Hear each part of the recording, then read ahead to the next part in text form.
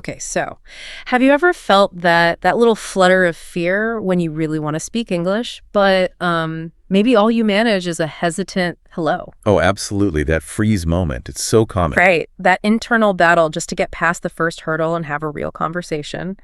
Well, today we're diving deep into exactly that feeling, looking at it through a really fascinating personal account. Hmm. We're exploring first English conversation, a small step to fluency, and specifically, we're zoning in on day 10 of someone's 30-day English-speaking transformation journey. Day 10, a specific point in time.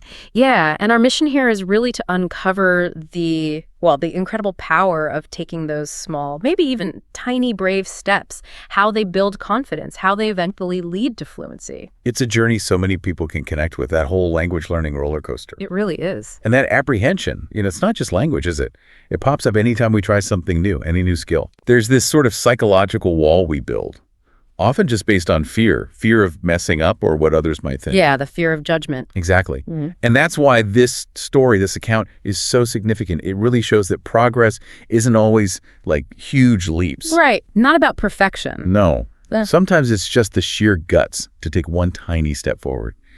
And the ripple effect from that single action, it can be profound. It changes how you see yourself. It's that shift, isn't it, from just knowing about English to actually using it. That's the core of it. Active use. That's where the magic happens. Okay, so let's set the scene. Our source, this person documenting their journey, they're on day 10, and it's a big day for them. A milestone. Yeah, because up until recently, it was mostly just, good morning or hello, polite basics. They'd had a small chat with a stranger just the day before, day 9. So a little bit of momentum building. Exactly, riding that small wave of success. So today, they decided, right, I'm going one step further. And this new challenge, it took them to the local fruit shop. Okay. The fruit shop. Usually pretty straightforward. Usually silent, right? You point, you pay, you leave. But not this time, not day 10. I mean, you can almost picture it, can't you? Standing there looking at the apples. Mm-hmm. That moment of decision. Yeah, and they actually described this internal chat thinking, no, today I will speak. Even with mistakes. Exactly. Even if I make mistakes. And that just takes real courage, doesn't it? That deep breath you take before you jump in. Absolutely. It's like standing on the edge of a diving board for the first time. That's a great analogy. You know you can do it, technically, but making yourself actually do it, that little decision to just try, even if it's shaky, that's everything. It really is. Right. Overcoming that internal resistance. So they took the plunge. After that deep breath, they looked at the shopkeeper and asked, how much are these apples? Simple question. Huge step. And you can feel the nerves. They admit, my voice was a little shaky, but then the magic happened. He understood. He understood. The shopkeeper apparently smiled and replied clearly, 100 rupees for 1 kilo. Imagine the relief. Oh, that must have felt amazing. Like, okay, it worked. Totally. That validation spurred them on, so they gathered themselves again and said, okay, I want 1 kilo, please. Nice and clear. Transaction done. Our speaker says, thank you. The shopkeeper replies, you're welcome. Maybe another smile. Simple exchange. Done. But what's really brilliant about that tiny conversation, it wasn't about getting the grammar perfect. Not at all. It was just understanding. Mutual understanding. Exactly. And the shopkeeper smiling, responding clearly, that's like instant validation, Right. Positive reinforcement in real time. Right. It tells you, okay, this worked without any red pen marks like in school. Precisely. It turns that fear right into motivation. Powerful stuff. It makes the interaction supportive. Even if the shopkeeper wasn't consciously trying to be a teacher, it's just human connection, confirming, yep, you communicated. And you absolutely feel that impact reading the account. The narrator says, point blank, it was just a tiny conversation, but inside, I was so happy. That internal celebration. Yeah, they go on. Because this time, it wasn't only good morning or hello this time. I used English in real life, and that gave me so much confidence. You can almost feel that buzz. It's palpable. Yeah. And it really underlines the difference between, say, textbook exercises and actually using the language out there. But, it makes me think that happiness, that win, was key here. What happens if the interaction doesn't go well? If there isn't a smile, how do you keep going then? That is such a critical point because, let's be honest, not every attempt will be smooth sailing. Right. And that's where resilience comes in. While that positive feedback was, well, rocket fuel for our narrator here, The act of trying, just putting yourself out there, that's the real foundation. Ah, okay. Yep. So the attempt itself is the win, almost. In a way, yes. Because real-life practice gives you something unique. That immediate feedback loop, it's not about grades, it's about function. Did it work? Did you get the apples? Makes sense. When you succeed, even slightly, the reward is internal. It's that feeling of, I did it. Self-efficacy. And if it doesn't work, well, that's data, isn't it? Data, how do you mean? You get to analyze why. Was it my pronunciation? Did I need a different word? Was it just noisy? It becomes a learning moment, a puzzle for next time. The crucial thing is just to keep trying, keep stepping up to the plate. Learn from every single interaction, good or bad.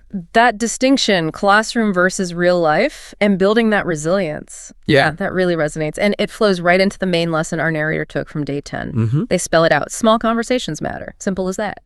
You don't need some grand stage or perfect speech. The pressure's off. Exactly.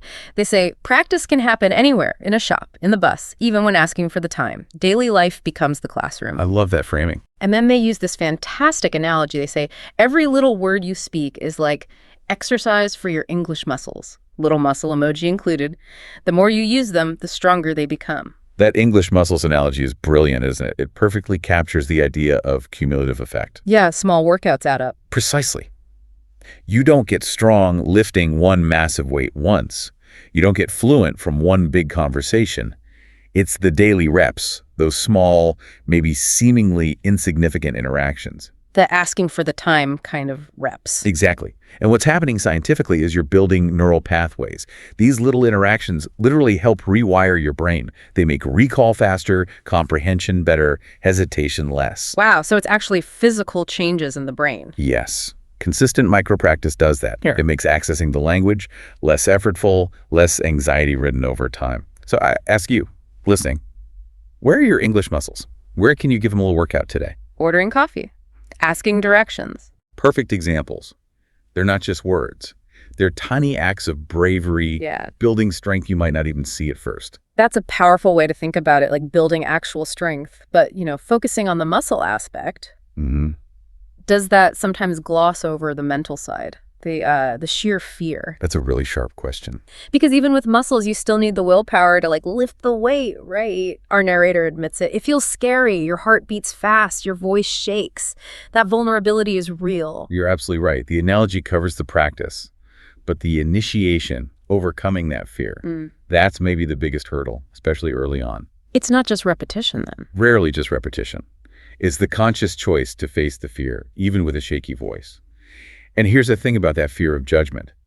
Most of it is internal. We think people are laughing, but they're not. Pretty much. We project our own anxieties. Most people are either busy with their own stuff or, honestly, they often admire the effort. Think about it. When someone tries to speak your language, even imperfectly, isn't your first reaction usually positive? Like, wow, good for them for trying. Yeah, you tend to want to help, actually. Exactly. Yeah. So shifting that perspective helps. It's not an exam. It's a connection attempt. The source puts it beautifully. But trust me, people are not laughing at you. Most of the time, they are happy to listen. That's so important to hear. It lets you see every attempt, shaky voice and all, as a genuine step forward, closer to fluency. And that reassurance leads right into the call to action from the source, doesn't it? So be brave, my friend. Try one small conversation today, no matter how short. Perfect takeaway. Just try one. Okay, so let's quickly wrap up the core of day 10. Our narrator stepped out of their comfort zone, spoke a bit more than usual at the fruit shop. Wasn't perfect English, they knew that. And admitted it. That's key, too. Yes, but it was real. And the big lesson for all of us, don't wait. Use everyday life. That's your practice ground. And it highlights that genuine progress, in language or anything really, comes from doing. From being a bit vulnerable, applying what you know, not just hoarding knowledge. Right, not just studying, but apply. It's in those imperfect actions that we build real skill. And, crucially, the confidence to keep going. Language is alive, it's meant for connection, every interaction counts. It really leaves you feeling empowered, like, okay, I can do this too. That's the goal. But the story doesn't end there. Our source gives us a little teaser for day 11. They write, tomorrow is day 11. I'll share how I practiced listening carefully to people and then tried to reply in English. That one was even more challenging. Ooh, okay. Listening and replying. That adds another layer. Right. So if just speaking was a victory, Imagine the challenge of actively listening, processing, and then forming your reply in real time. It makes you wonder, how does that active listening change the game? It's a different skill set, isn't it? Yeah. Processing input under pressure. Totally. What new challenges, what new muscles will that build? It really shows how each step builds on the last one, from that initial bravery just to speak. It's continuous build. Well, something to think about. And we'll leave you with the narrator's final encouragement from day 10. Keep practicing, keep smiling, and remember, every single word you speak is progress. The experience and the feeling, and